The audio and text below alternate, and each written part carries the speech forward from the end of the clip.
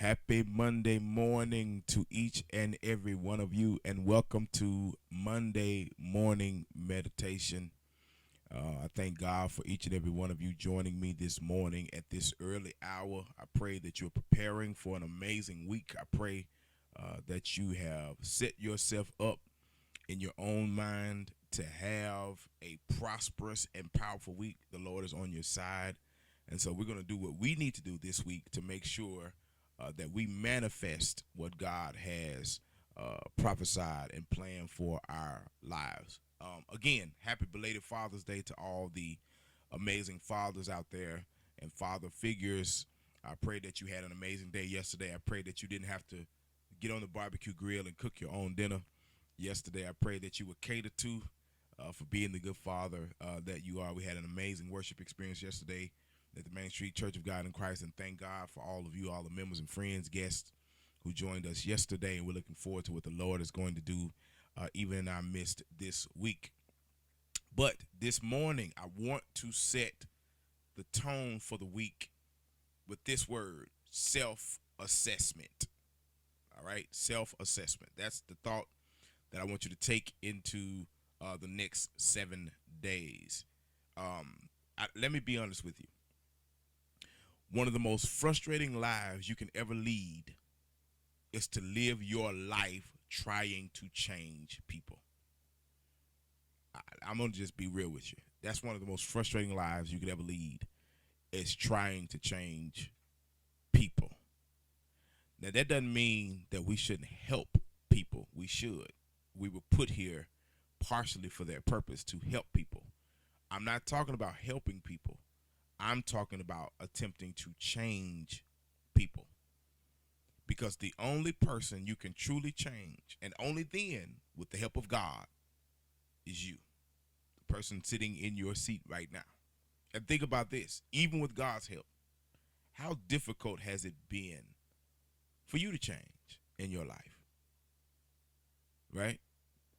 Think about all the things that you knew about yourself as a young person. Think about all the truth that you had received throughout your life. Was it the fact in every situation, or most of the time, because there was somebody that was on your head about it that made you change it? In fact, sometimes you did the exact opposite to spite the person who kept attempting to make you change or adjust something, right? Because that's kind of the nature of people. Like, if somebody's trying to push me to be something or do something that I want to do, then my natural reaction would be to fight against that or push back against that, because I want to show you that I'm in control of my own life. Well, many times we get frustrated because we look at people knowing what the truth is or what better could be for them, and we want more for them sometimes than they want for themselves, right? And so then you lose energy and sleep and time trying to push, pump, and prime somebody to be what they have the capability of being, but what they don't have the desire to be. And one thing that you cannot implant in a person, you can implant wisdom and knowledge into a person. You can give them information, but you cannot give a person desire. That comes from a different place. It's about what motivates you to be you, what motivates you to want to do the things that you want to do. What do you want in life, right? You can't make someone want more than they want. You can show them more than they've ever seen, right? You can model what good looks like, but a switch has to flip in them for them to want, right, what you think that they should be able to have or what they're capable of attaining, all right? And I'm not talking right now from the perspective of just a pastor. I'm thinking in terms of a coach, right? Like, those are the things that are really, really important. You have to understand how your gifts work, right? And when we look at David and Goliath, David threw the rock, hit Goliath in the forehead, right? And Goliath tumbled to the ground, cut his head off, scripture fulfilled, right? But at the end of the day, the rock that David used on Goliath would not have worked on the lion or the bear, because that's not what his rock was for. So at the end of the day, if David would have attempted to use his rock on that lion or the bear, he would have come away thinking that his rock didn't work. When in reality, he just used it on the wrong person in the wrong situation. Here's why I say that. Because I've recognized about myself. Now, some people may disagree on this, but I recognize about myself that I'm not the greatest motivator in the world. I've recognized that about myself. That if you want it, I can help you get it. But if you don't want anything, my rock does not work on unmotivated people. Somebody that doesn't want to do better enough to put in the work to do it. So I can pray for you, I can model it in front of you, but in terms of me being able to rah-rah you and cheer you up and be the cheerleader to get you to want to be better than you are, that's something that I struggle with, right? So my approach always is to show people what better looks like based on what God has given me, tell you what the Bible says, and pray that God would impart into people what they need to want better than what they currently have. So a lot of times the experience that people have with me, especially when it comes to me mentoring or imparting into them, is if you come to the table without a lot of motivation, then you're probably not going to get a lot out of me. That's just the reality. I've learned that about myself, right? So, but if those come to me that you're hungry, but you just don't know, you raw and you don't know, I want it, but I don't know what I need to know. I don't know what I need to do, but I'm willing to do what it takes to get it. My rock works in those situations and with those people. I can see exponential growth in their lives, right?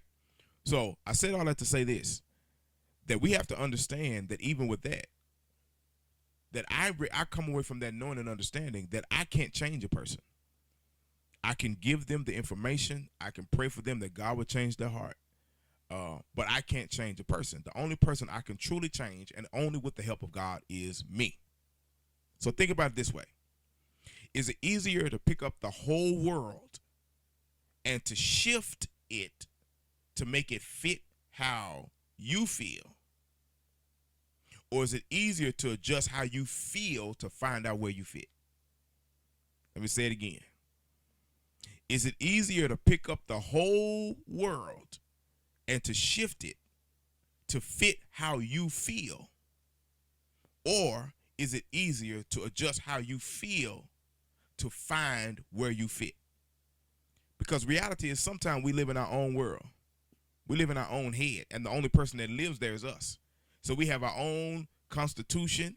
We have our own rules and regulations, and the only person that lives in the world we live in is us.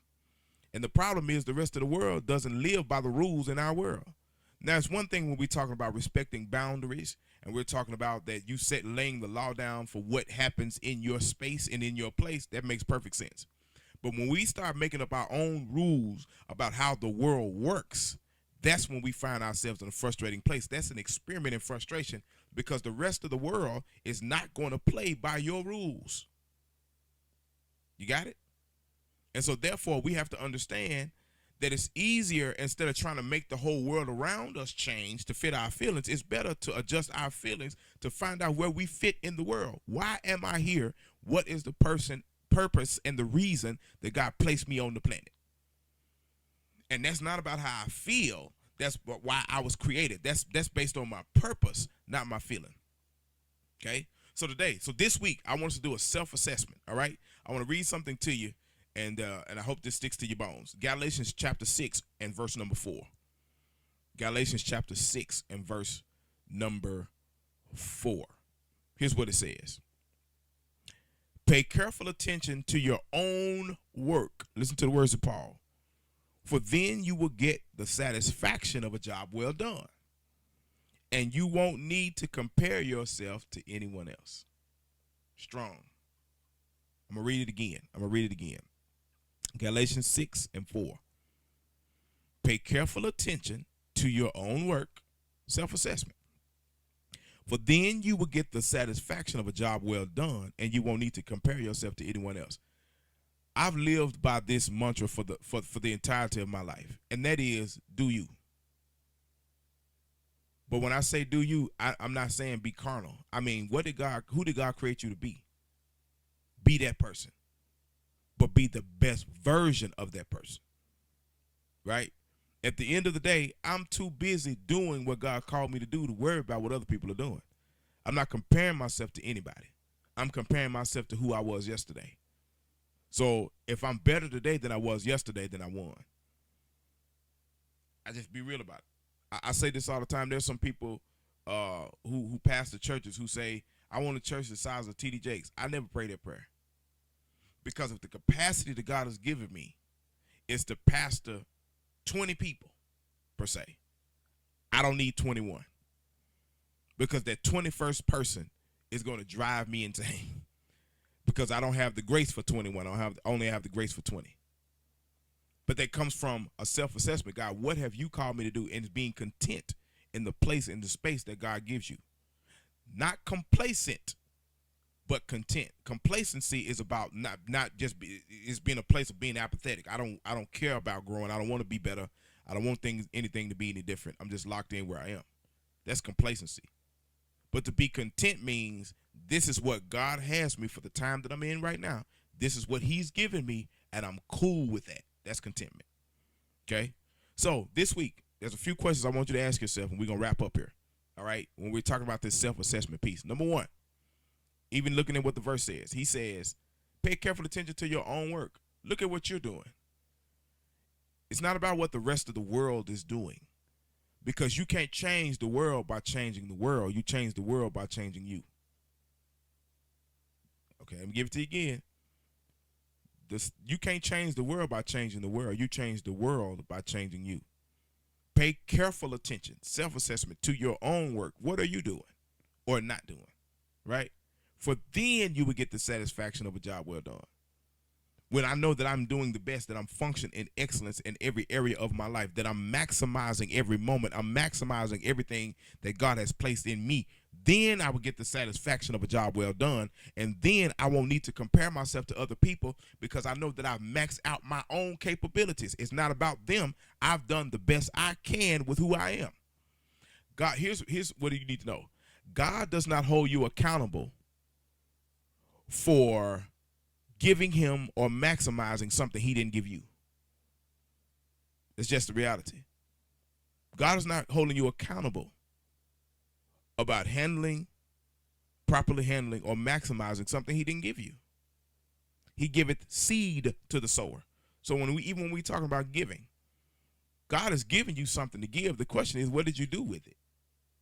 I don't have it to give. You gave it to somebody. Think about this.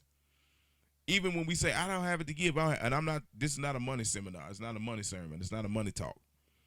But if you look back through that week, what did you spend money on that you really didn't need to? That was a complete waste. So at the end of the day, that is an indication of what you value, because where your treasure is, there will your heart be also. See, those are real self-assessment kind of things. And even for the people who take offense to that, take the time to assess yourself. Did you not give your money in something this past week, to something that really was meaningless,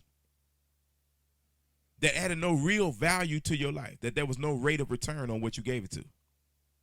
And if you can look at that and assess that and say, yeah, that's true, now you're making headway. Okay? So here's the question, all right? First question, who am I? Who am I? Do a self-inventory this week and be real with yourself about what you see. Okay? Take the emotion out of it and do an honest assessment.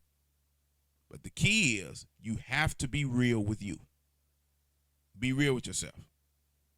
And reality, and here's what's crazy. Believe it or not, there's so many people who either don't have or don't use the skill of self-assessment. Because for some, it's extremely difficult for them to see themselves. That's why you have those persons, no matter what they do, they can do something to you or someone else, and it happens to them, and they just appalled by it. And you're thinking, you just did that last week. You do this to other people all the time. And that happened to you, and you just don't understand how people could do that. That's a person who struggles to be able to self-assess. They can't see themselves. And even when they look at the word of God, they don't see it as a mirror. They see it as a window through which to see other people. That's the reality. So everything wrong with the world is outside of them. There's nothing wrong with them. But here's the problem with that. If you feel like everything wrong with the world is outside of you, that means your world can only become better when people or circumstances outside of you change. So you're literally locked into an existence that even if you don't like it, you can't change it, because the only thing that can actually change is outside of you, because the only thing wrong is with people and places and circumstances outside of yourself. So it requires other people changing in order for your life to be better. And that's reality, because now we see people who constantly try to change everyone else but never change themselves. It's because they don't see, they've not been able to do a self-assessment to see that I'm part of the problem. Here's the reality. Think about it this way. Every situation you've been in, good or bad, the common denominator is you. You've been in all of them. Which means, unless you believe that every situation you've been in that's negative, it was always somebody else, that means there's something you can adjust and change about you. That's the reality. I'm talking about having a real self-assessment. Every time you've lost something, it was not somebody else's fault. Every relationship that has gone awry, it was not because they did something wrong. Every time you found yourself in a compromising position, it was not because life happened to you. I say this all the time. You are born looking like your daddy, but you die looking like your decisions. Self-assessment. And if your self-assessment system, hence the word, consists of you waiting on someone outside of you to tell you about you, then you are destined to fail. Because here's the reality, especially in a lot of times, and people who use that assessment system outside of themselves for somebody to assess them, they usually use an attitude attached to that. So now I'm going to depend on somebody outside of me to tell me about me, but I'm having attitude anytime you say something to me. So now it's going to make it difficult for you to say something, or you're going to be reserved about saying something to me about myself, about me. And that way I can live in this world as if I'm living in a place of perfection. And that's really crazy. That's how you get the Donald Trumps of the world who get on Air Force One with tissue on your shoe, because somebody saw it and didn't say nothing. Because those who don't listen to those around them will soon be surrounded by people who don't have anything to say. Listen, y'all, I'm giving y'all a game I wish I would have had a long time ago, but I'm going to wrap it up. I'm not going to keep y'all all day. All right? Y'all got to go to work today. All right? So we all need people in our circle who can see our blind spots, and those persons who can speak the truth in love. But most of the stuff about us, we should be able to see in ourselves. Okay? Think about it this way. If you're driving a car and someone's sitting in the back seat or on the passenger side, they may be able to see blind spots or areas that you can't see. So you might ask the person in the car, hey, can I get over? Because I'm looking in my side mirror and I can't see a blind spot. But someone in the back from a different perspective can see it. But you shouldn't be dependent on people in the driver's seat or in the back seat to see the highway for you. They may be able to see the blind spot to tell you something, don't get over right now, it's a car that you can't see in your mirror. But you're not dependent on those people to see the highway for you. Because if so, you shouldn't be driving. And if someone else is seeing the highway for you in life, you're not driving. Whoever that is that's seeing it for you is. And God intends for you to drive your life or lead your life, him lead your life, right? He's in the driver's seat. But he doesn't expect a person to be the person driving your life. That's between God leading your life and you following the leading in the direction of God. Okay? So who am I? Right? Be real about it. I don't like to be on time. I don't like to tell myself no. I don't like to think that I'm wrong about anything. Right? Who am I? Be real with it. Okay? Because you can't fix you until you find you. Good God Almighty. Can't fix you until you find you. Who am I? Where am I? Okay? Now, when I find out who I am, second question, who do I need to become? Because what God is doing, God is not blessing who you are. God is blessing who you're supposed to be. So he's not sending some blessings he sends to where you are so that you can survive and sustain, but that's not his best. God's best is attached to who he called you to be. Take that with you. So when I'm talking about who do I need to become, I'm not talking about becoming someone else. I'm talking about becoming the best version of yourself. I'm not talking about behavior modification. I'm talking about character modification. I'm not talking about changing necessarily just what you do. I'm talking about changing who you are. Okay? I can try to be more punctual. That's action-based. or I can become a punctual person. That's mindset based. I can try to be more. I could be better with money, right? I could do things, put things in place, to try to be better with money. Action based. Or I can become the type of person who sees money different. I could change my whole mindset about money. Rich people are not people that just do rich folks things with money. They're rich and they have a millionaire mindset first, and then it affects how they handle money. They're not handling money with a poverty mentality, because those things only last for a temporary period of time. They have a millionaire mindset, right? And then that changes how they handle money. All right. So, who am I? Who do I need to become? Here's the next question. What do I need to learn? So based on who I need to become, what do I need to learn to help me become that person? What books do I need to read? What seminars do I need to listen to? What mentor do I need to connect to? Right? But when I'm connected with a mentor, the key number one, when you come to a mentor, you have to bring motivation. It's not up to your mentor to motivate you. You bring the motivation. They're there to give you the game, not to motivate you to be to grow. They're not there to motivate you. They're there to give you game. You bring motivation to the relationship. All right, that's your first investment in your relationship with a mentor, is your motivation. All right, what do I need to learn? Here's the last question. Where do I get the information? Right. So that's how. What do I need to do to gather this information? What do I need to do in terms of the seminars, the people, the interactions, whatever? How do I do this? Where do I get this information from? And how do I pull these things together to become the type of person I need to be to get out of life what God has intended for me? All right. I know I went a little long this week, but we were off last week. All right. So take that with you this week. Do a real self-assessment. Be real with you. And I promise you, if you start where you are, use what you have, and do what you can, you'll see God do the amazing in your life. All right. I love you. Have a great rest of your week. We'll talk soon.